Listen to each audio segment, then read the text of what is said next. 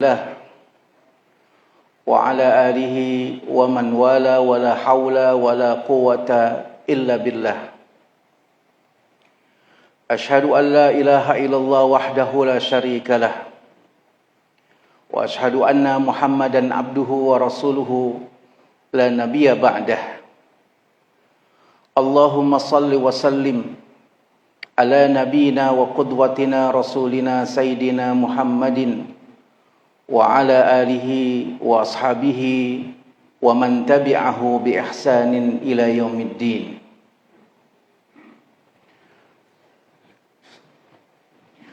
Allahumma inna nas'aluka al-afiyah wa nas'aluka tamamal afiyah wa nas'aluka dawamal afiyah wa nas'aluka ghina 'anil nas. Rabbana wa tub 'alaina innaka antat tawwabur rahim bi rahmatika ya arhamar rahimin. Hadirin jamaah sekalian yang dimuliakan oleh Allah Subhanahu wa taala, alhamdulillah senantiasa kita meningkatkan rasa syukur kita atas semua nikmat dan karunia yang Allah berikan kepada kita. Mudah-mudahan Allah sehatkan kita semuanya dan Allah lindungi kita dari wabah penyakit ini. Amin ya rabbal alamin. Hadirin jamaah sekalian yang dimuliakan oleh Allah Subhanahu wa taala, pada kitab Nasaihul Ibad pada maqalah yang ke-10 dari Kalimatain, beliau menukilkan man adnaba dzamban wa huwa yadhaku fa innallaha ta'ala yadkhuluhun nara wa huwa yabki. Man aznaba dzamban, barang siapa yang melakukan perbuatan dosa, wa huwa yadhaku, dan dia melakukannya dengan tertawa, bangga, fa innallaha ta'ala yadkhuluhun nara, maka sesungguhnya Allah Subhanahu wa taala akan memasukkannya ke dalam api neraka, wa huwa yabki, dan dia dalam keadaan menangis dan sengsara. Ini kalimat yang pertama dari maqalah yang ke-10. Imam Nawawi, Syekh Nawawi Al-Bantani mengingatkan kepada diri kita dalam Nasail Ibadnya, ada orang yang melakukan perbuatan dosa, bangga dengan dosa yang dia lakukan. Padahal dosa itu hakikatnya adalah menghinakan para pelakunya, menistakan para penggemarnya. Sehingga seharusnya naluri yang sesungguhnya adalah menutup, menyembunyikan, atau malah kemudian merendahkan dirinya atas perbuatan dosa yang dia lakukan. Bukan sebagai sebuah kebanggaan atas perbuatan nista tersebut. Syekh Nawawi juga mengingatkan, sekalipun itu sebagai bentuk cerita dan nostalgia. Misalnya, dahulu kita pernah melakukan perbuatan dosa. Lalu perbuatan dosa yang kita lakukan itu kita kenang bersama-sama dengan teman kita yang dulu juga pernah melakukan hal yang sama bersama-sama dengan diri kita. Kemudian kita pun menceritakannya dan teman kita pun menceritakannya dengan tertawa-tawa, mengenang bahwa perbuatan yang dahulu pernah kita lakukan dan itu merupakan perbuatan dosa. Syekh Nawawi mengatakan, sekalipun itu sebagai sebuah kenangan, janganlah bangga atas perbuatan dosa yang kita lakukan. Mengapa? Pertama, ketika kita mendapatkan kebaikan, dan pernah melakukan perbuatan-perbuatan yang salah, lalu kita tidak menyebut-nyebut, merupakan bentuk karunia yang diberikan oleh Allah Subhanahu wa taala, menyembunyikan keburukan kita. Sehingga ketika Allah Subhanahu wa taala menyembunyikan keburukan kita, sesungguhnya adalah karunia yang paling besar. Allah tidak umbar perbuatan buruk kita kepada yang lain. Ini yang pertama. Sehingga ketika ada seseorang menceritakan kepada Rasulullah SAW masa kelamnya, Umar langsung berdiri. Waihak, kata Umar, celaka kamu. Allah sudah tutupi aib kamu, kenapa kamu buka? Namun persoalannya, orang ini ingin mendapatkan hukuman dari Rasulullah SAW. Sehingga Nabi pun mengatakan, hasbah, biarkan. Orang ini menceritakan keburukannya untuk mendapatkan hukuman. Dan akhirnya kemudian Nabi menjatuhkan hukuman kepadanya karena dia telah berterus terang terhadap perbuatan nista yang pernah dia lakukan. Ini sebagai sebuah pengecualian. Ketika seseorang melakukan perbuatan buruk, sesungguhnya dia mengumbar kebaikan yang Allah berikan kepadanya, Allah tutup aibnya. Sehingga Nabi SAW mengatakan, semua hamba itu punya kecenderungan melakukan salah. Innal insan, sesungguhnya manusia itu makhluk khata wal nisyan wal khatiin, punya kecenderungan melakukan kesalahan, punya kecenderungan melakukan kekhilafan. Dan orang-orang yang melakukan kekhilafan dan kesalahan, ufiyalahu, dimaafkan oleh Allah Subhanahu wa taala. Allah maafkan. Illal mujahirin, kecuali mereka yang berterus terang bangga dengan kesalahan yang dia lakukan. Na'udzubillah min dzalik. Hadirin jamaah sekalian yang dimuliakan oleh Allah Subhanahu wa taala. Yang kedua, Imam Syekh Nawawi Al-Bantani mengingatkan kita tentang hal yang sedemikian rupa sebagai sebuah hal yang tercela. Karena ketika seseorang melakukan keburukan, kenistaan, diceritakan kembali dan dikenang kembali, maka sesungguhnya ada energi yang ikut serta di dalamnya untuk melakukan kesalahan yang sama.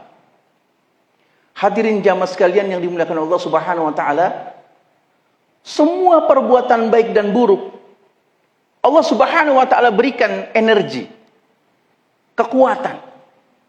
Ketika kita menceritakan kebaikan, maka akan mendapatkan energi kebaikan. Hadirin jamaah sekalian yang dimuliakan Allah Subhanahu wa taala, tidak jarang kita mendengar ada seseorang teman kita melakukan kebaikan, kita pun tertarik dan terdorong untuk melakukan hal yang sama. Ketika teman kita menceritakan amal-amal kesolehannya, kita pun tertarik untuk bisa melakukan hal yang sama. Sebagaimana yang dialami oleh para sahabat Nabi. Ketika Abu Bakar Siddiq mengatakan, saya telah melakukan ini, saya telah melakukan itu, kata Umar, besok saya akan melebihi Abu Bakar Siddiq. Ketika Abu Bakar Siddiq mengatakan, saya telah menyumbang ini, saya telah menyumbang itu, kata Utsman, besok saya akan kalahkan Abu Bakar Siddiq. Ada energi. Ketika kebaikan itu diceritakan dan disampaikan. Demikian pula keburukan. Ketika keburukan itu disampaikan, diceritakan, juga memunculkan energi. Energi keburukan, energi kenistaan. Maka Imam Nawawi, Syekh Nawawi Al-Bantani mengingatkan kita dua hal tentang hal yang semacam ini, agar jangan bangga dengan segala macam perbuatan nista dan perbuatan buruk, perbuatan dosa, karena sesungguhnya hal-hal yang sedemikian rupa akan hanya melahirkan keburukan, keburukan, dan keburukan. Kalimat yang kedua, waman ata'a wa huwa yabki, barang siapa yang melakukan ketaatan namun dia bersedih, menangis, khawatir. Fa innallaha ta'ala yadkhuluhul jannata. Maka Allah Subhanahu wa taala akan memasukkannya ke dalam surga wa huwa yadhaku, dalam keadaan tertawa bahagia. Kalimat yang kedua, Syekh Nawawi Al-Bantani mengingatkan kepada diri kita, ketika kita melakukan ketaatan, iringi dengan rasa cemas dan kekhawatiran. Hadirin jamaah sekalian yang dimuliakan Allah Subhanahu wa taala, karena ketika kita tidak mengiringi dengan rasa cemas dan kekhawatiran, yang akan berpeluang muncul adalah merasa bahagia dan bangga atas kesolehan dan ketaatan yang telah dia perbuat. Dan itu akan menjerumuskan, alhamdulillah, saya lebih baik daripada dirinya. Saya sudah melakukan sholat zuhur berjamaah.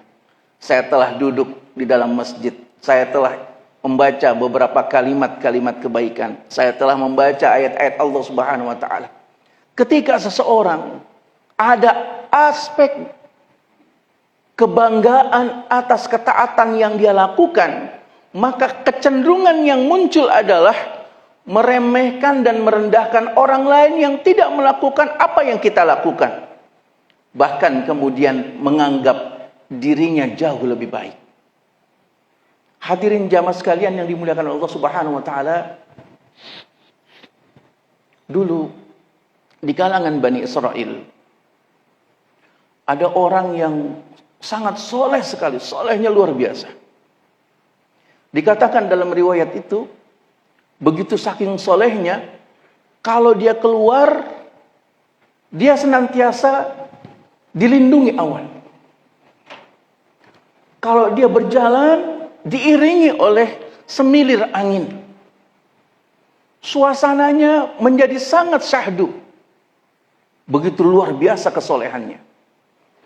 Kalau diukur dengan orang-orang yang ada di kampung itu, tidak ada yang bisa mengalahkan kesolehan orang ini. Sebaliknya, di kampung itu ada orang yang pendosa. Semua perbuatan dosa pernah dia lakukan. Dosa apa saja, baik yang besar maupun kecil, dia pernah lakukan. Dan tidak ada orang yang lebih berdosa dari orang itu. Disebutkan dalam riwayat begitu. Jamaah sekalian yang dimuliakan Allah Subhanahu wa taala, suatu ketika dua orang ini keamprokan. Yang satu orang soleh, sangat soleh sekali. Yang satu pendosa banget sekali. Keamprokan. Ketemuan. Jamaah sekalian yang dimuliakan Allah Subhanahu wa taala, ada banyak riwayat yang menceritakan bagaimana pertemuannya. Ada satu riwayat yang menyebutkan ketika dia bertemu di satu jembatan. Jembatan itu hanya bisa dilalui oleh satu orang. Sementara ini bertemu dua orang. Yang satu orang soleh, yang satu pendosa. Ketika keamprokan yang sedemikian rupa, orang soleh itu merasani dalam dirinya, kenapa saya harus bertemu dengan pendosa ini? Sementara pendosa ketika bertemu dengan orang soleh itu berharap, mudah-mudahan saya mendapatkan kebaikan dari orang yang soleh ini. Akhirnya berjalanlah untuk menyeberangi jembatan ini. Orang soleh ini tidak mau dirinya tertempel dari tubuh pendosa. Dia minggir-minggir, dia nyerempet-nyerempet, melipir-melipir. Sementara orang yang pendosa ini berharap kalau dia nempel orang soleh akan mendapatkan kebaikan dari orang soleh itu. Jamaah sekalian yang dimuliakan Allah Subhanahu wa taala, mungkin kita bisa merasakan bagaimana ketika kita menganggap diri kita orang baik, ketemu dengan orang yang paling buruk. Dan ternyata orang yang paling buruk ini perbuatannya akhlaknya, perangainya, berharap ada kebaikan.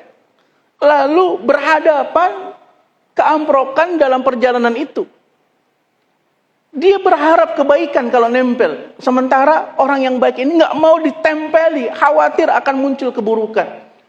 Ketika akhirnya tertempel, pendosa ini berharap kebaikan. Orang soleh ini nggak mau ketempelan. Pada saat itu kemudian muncullah ekspresi.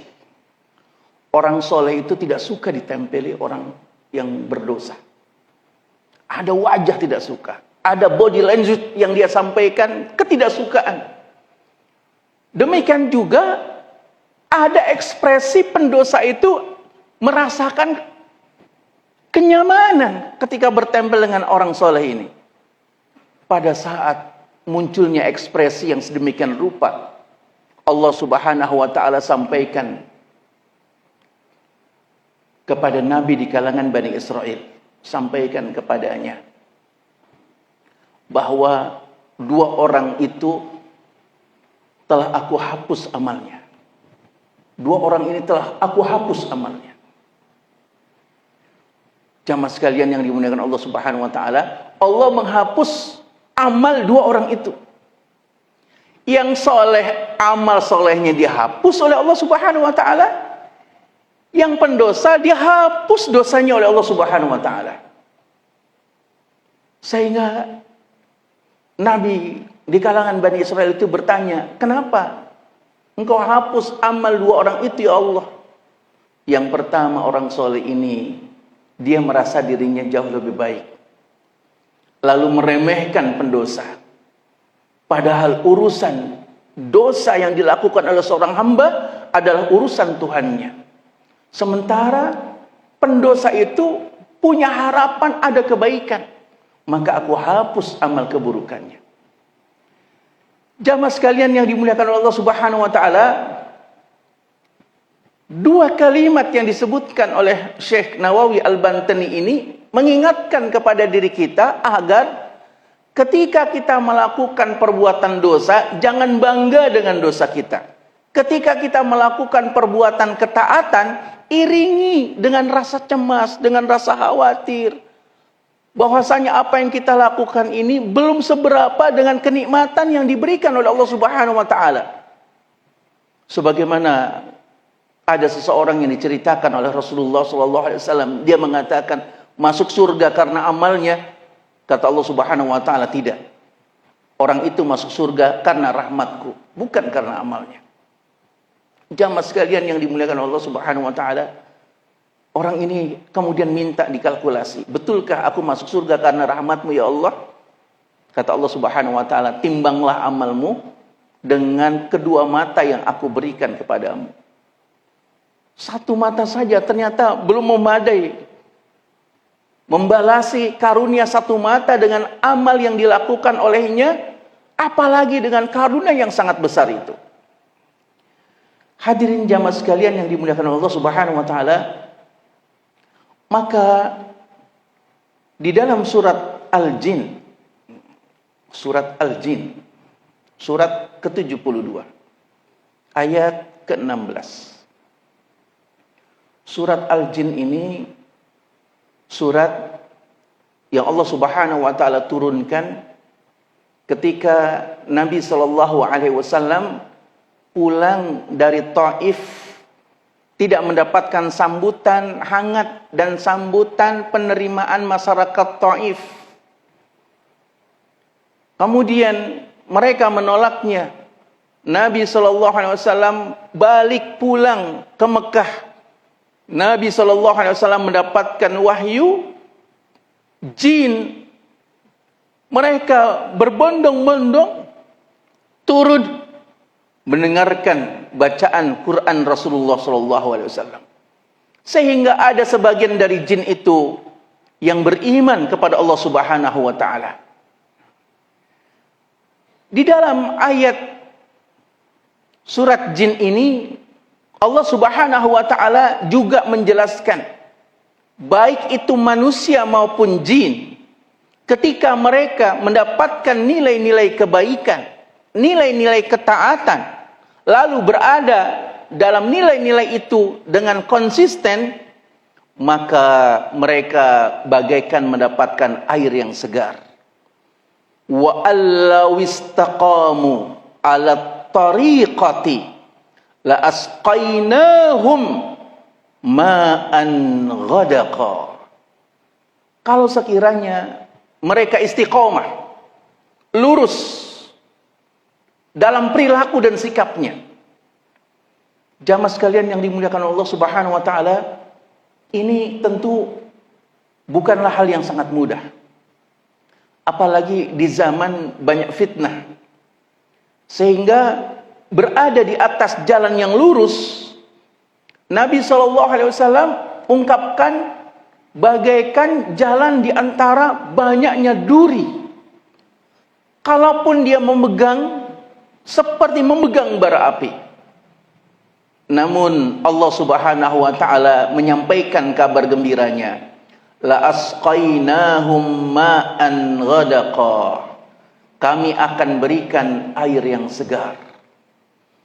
Jamaah sekalian yang dimuliakan Allah Subhanahu wa taala, kebaikan tidak akan pernah lapuk. Sebaliknya, dosa-dosa itu tidak akan pernah terlupakan.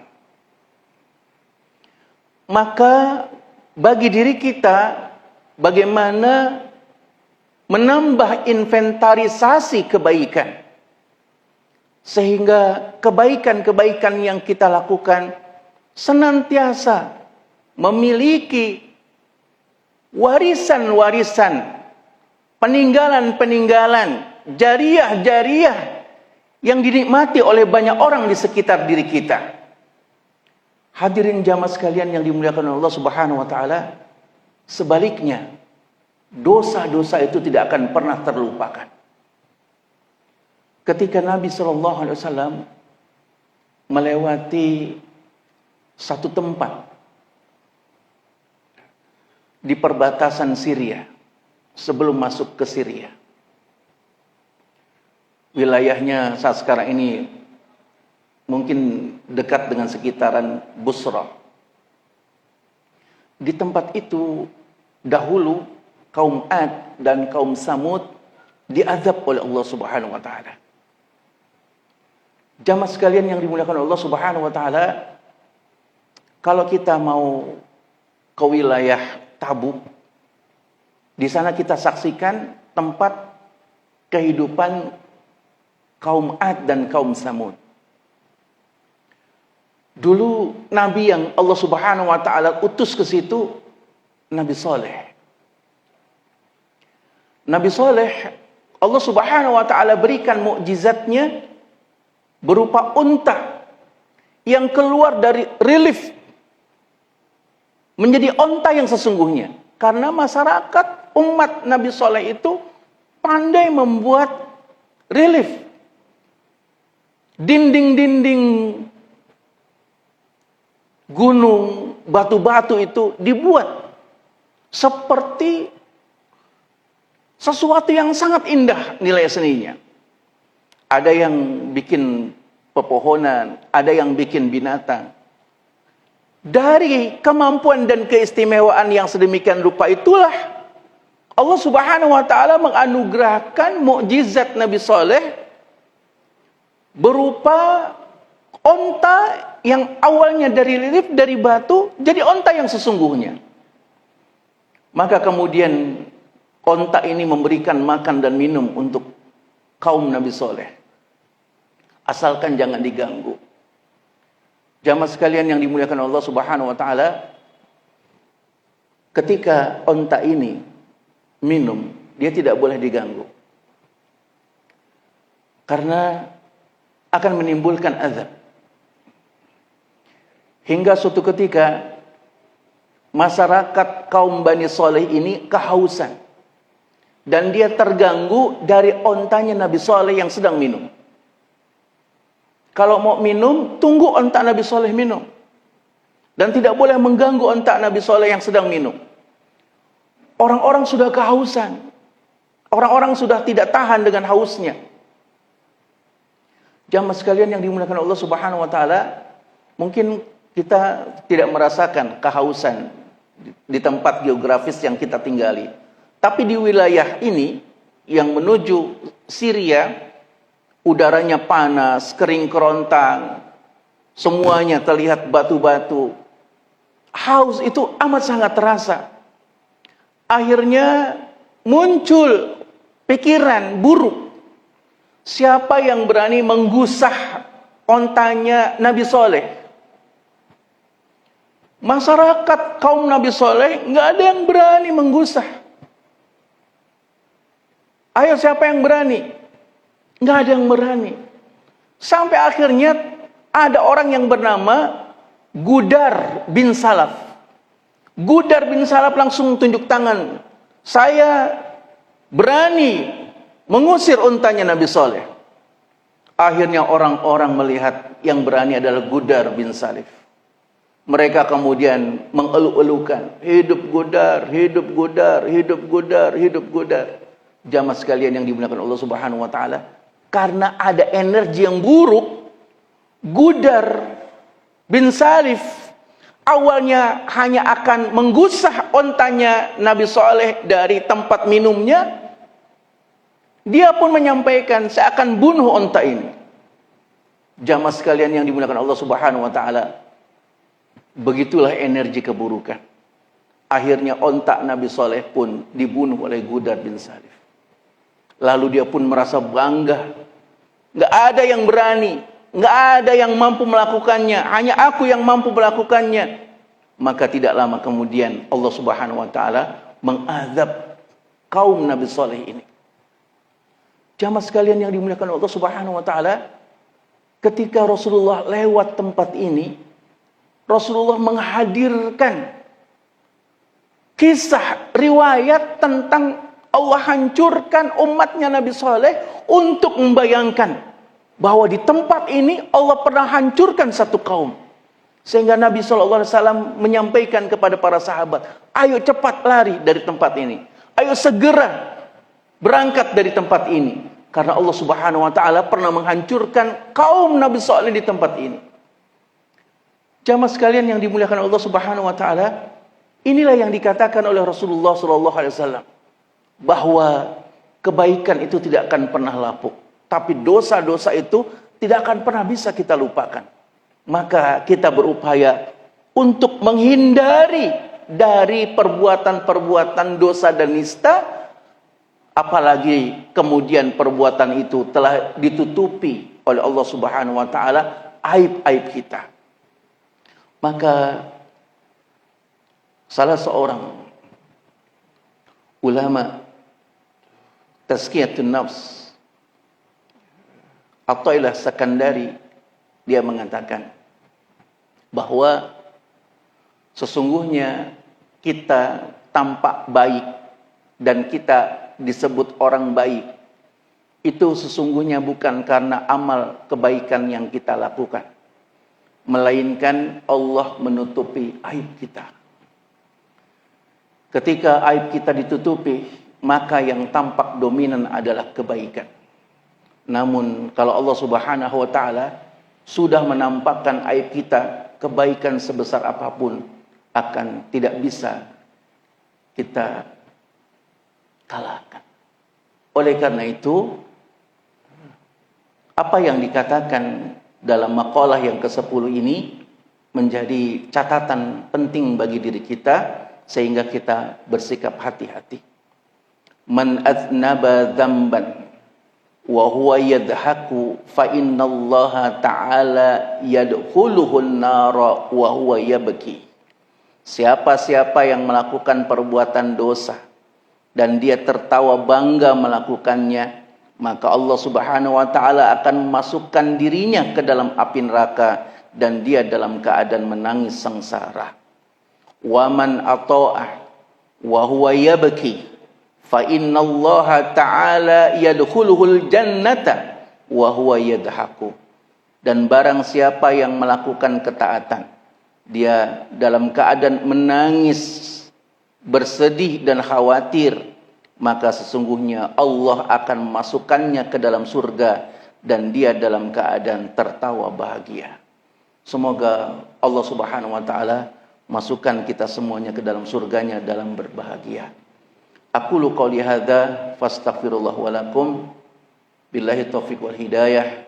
Wassalamu alaikum warahmatullahi wabarakatuh. Subhanakallahumma wa bihamdika asyhadu an la ilaha illa anta astaghfiruka wa atubu ilaik.